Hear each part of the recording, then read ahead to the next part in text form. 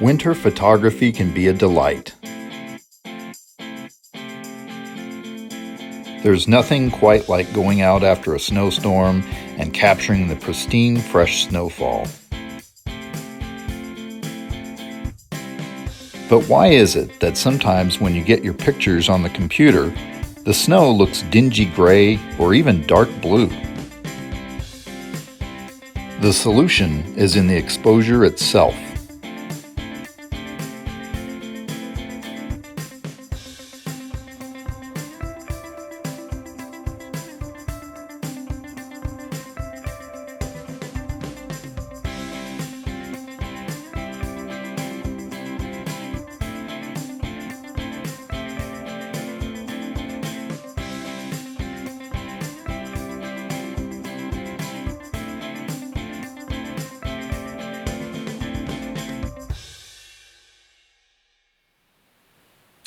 Getting proper exposure in the snow is actually a lot simpler than what it may seem. All you got to do is know what your camera meter is trying to tell you. Now, most camera meters these days are what's called a reflective light meter. This means that it's taking the light that's on the subject and going through the camera to the meter. And they're mostly based on an 18% gray. This means that everything that the camera meter is metering is going to render as a gray or medium tone. Now, this is a gray card, and most of the time when you use this, you can meter it and it will meter it, and as long as you get the meter reading right in there, right on the middle, or if you're shooting an automatic, it will render it perfectly. That's why these are made, and similar items are, that same 18% gray.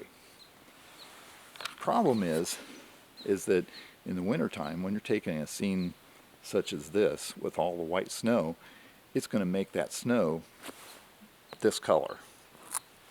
And you don't really want that because it's going to be dingy, it's going to be dark.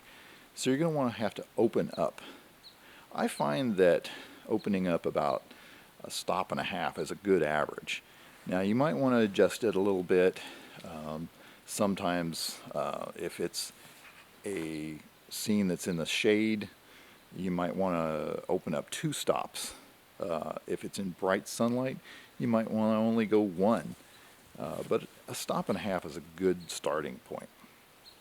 Now, there are a few ways you can do this. Manually, you can open up either the lens or the shutter speed and overexpose it by that stop and a half.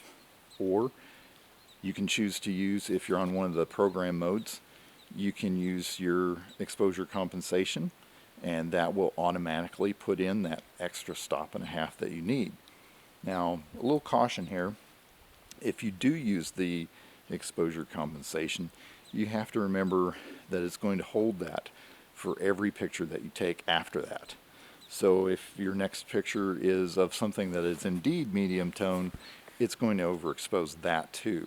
So that's a little trouble you might get into, so you might want to change it back before you go on to your next subject. Of course, the last thing you could also do is change it in post.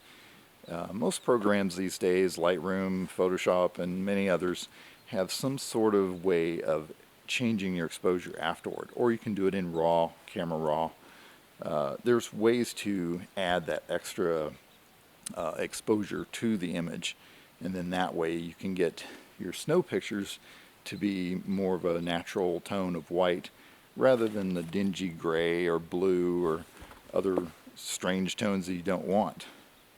So I hope this helps a little bit in helping some of your snow pictures, and have a great time out enjoying the winter.